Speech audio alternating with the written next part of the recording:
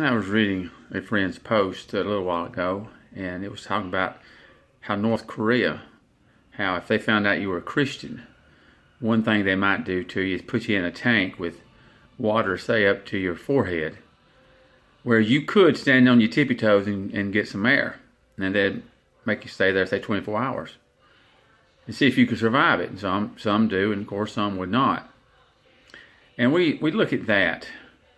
And that type of environment is the environment that we get the scripture from. When Jesus came into the world, when the epistles were written, that is a similar type of environment. Wasn't a lot of fluff. Wasn't a lot of the big churches and the soft pews and the church programs and the music. It was real serious. And these days, I think so much of what is called, the churches, they're working with programs. They try and have outreach. And, people are, the churches are diminishing. The people who say they attend church is diminishing. You think, what happened? In this country, in the United States of America, let's say go back 50 years, 60 years. What happened to those people? What happened to those kids? Why did they leave? See, the church, if the church is diminishing, it is diminishing from within. It's not just that people from outside are not coming in, it's people who are inside, are leaving. I see it all the time. Programs for young people. You get them involved in things, and you do your adventures, and to whatever degree you have Bible study, and then when they become an adult, you don't see them again. They disappear for the most part. For the most part, they disappear. See, I think there's only two things that's going to make a difference. And that is how we communicate with God, that He will move on hearts.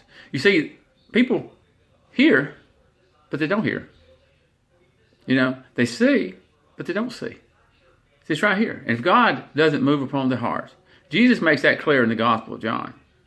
You don't come to God because you think it's a good idea. You come to God because He moves on your heart. You can't see Him. You can't see God.